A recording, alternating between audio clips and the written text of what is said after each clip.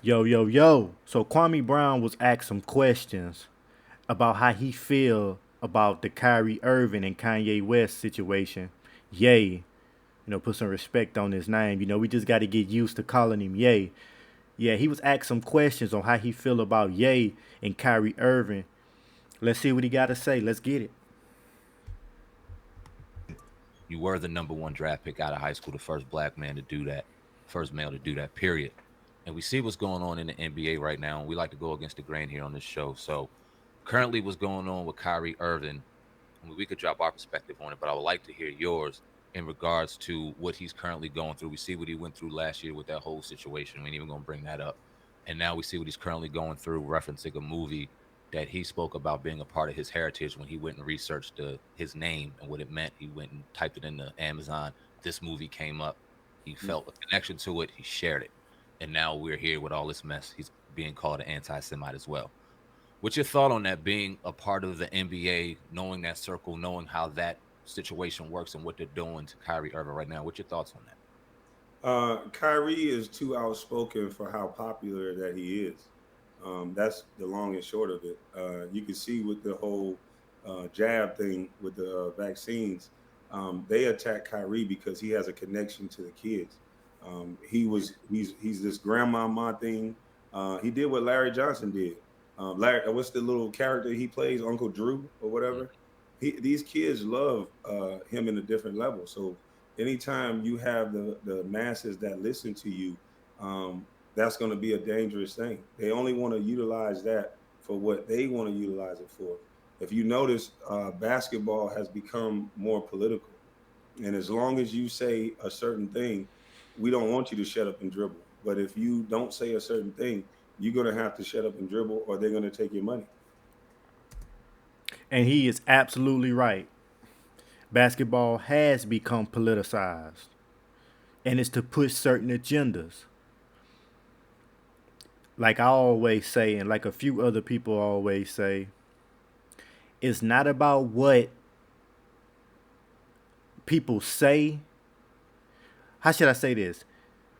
What people say doesn't outweigh what they don't say.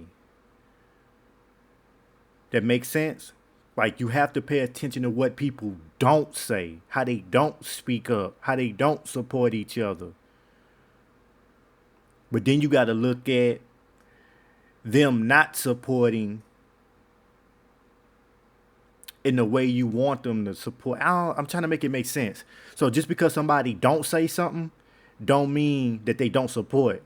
Say you do something, or you going through something, and I see what's happening to you. My silence can be a support for you. I'm not condemning you.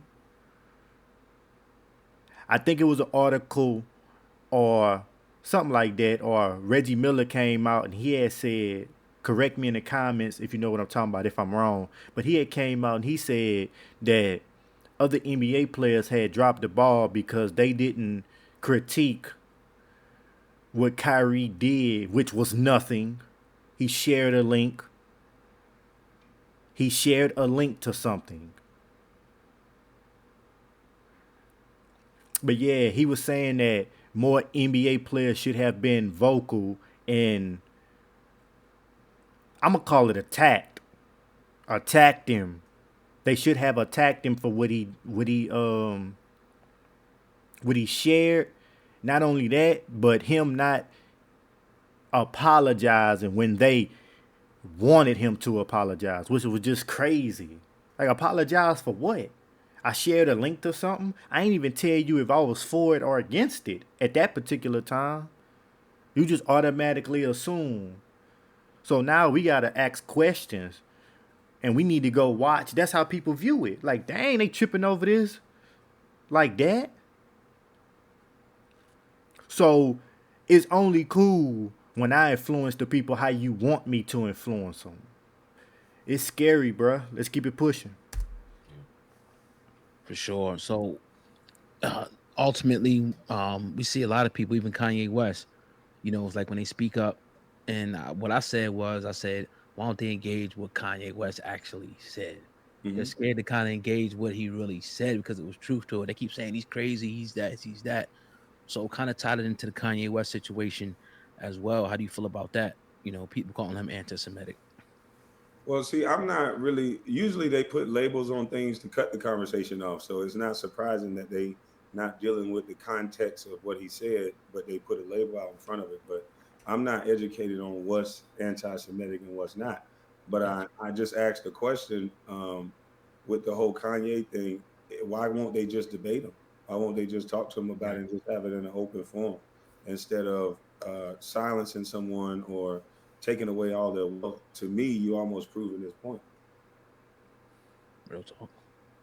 Skull Shaver. The power of a smooth, clean shave in the palm of your hand. The Pitbull Skull Shaver has a battery life of 90 minutes. Its blades conform perfectly to your head to ensure no nicks or cuts, and they give...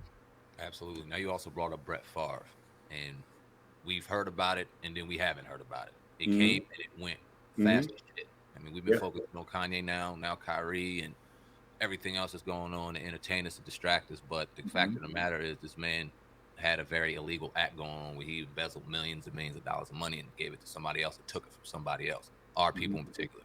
What's your thoughts on that?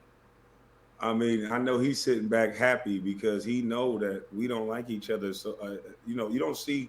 Do you see the white media attacking Brett Favre like most people are attacking Kanye? Nope. I mean, it's almost like they're dragging Kanye's peers out to all like not stand next to him, get away from him, disavow him, and call him, crazy. They're just lining guys up to do it. They didn't do that to Brett Favre. And that's the thing with us. We just don't stick together. We spent $1 trillion last year. You can't cancel Kanye if black folks stand behind him. If we buy his products alone, you can't cancel him. But the thing about it is they make sure we cancel each other. Yeah. We cancel each other, Same way that the Asian stores, they can, treat our women crazy. I've seen it online where they treat our women crazy.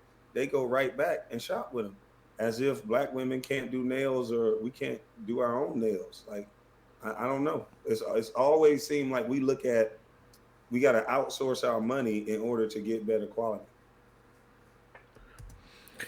Again, Kwame, you own it. You own it. Hit the nail on the head, as they say. Bruh, the buying power that us as black people have is out of this world. It's out of this world.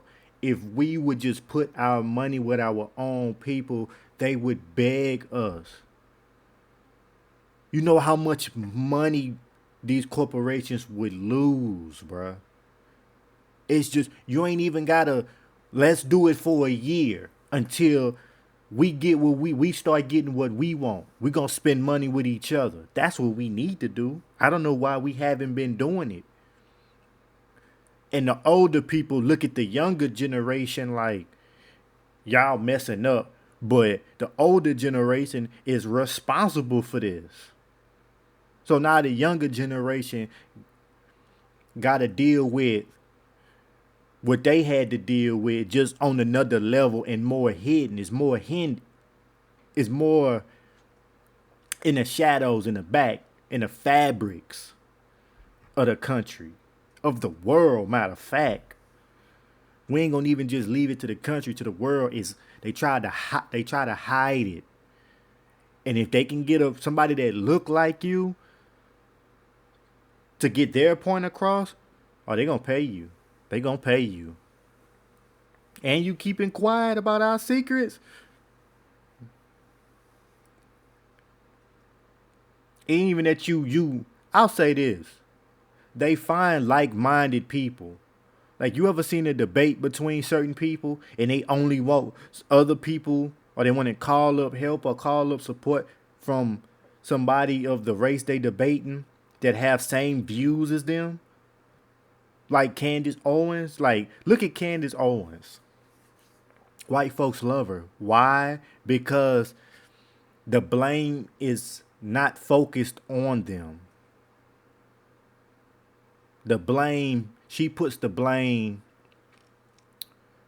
on black people, which can be true. Two things can be true at once. You know, but it is what it is. Like somebody with Candace it's crazy because it's not a 50-50 thing. With a lot of these people, it's not 50-50. If you go at 50% of the time, you should go at the other 50% of the time. But you 80-20, you be like, you know what I'm saying? You be confused. You be like, ah, damn. You an enemy of mine. That's what it comes down to. Like you really on the other side.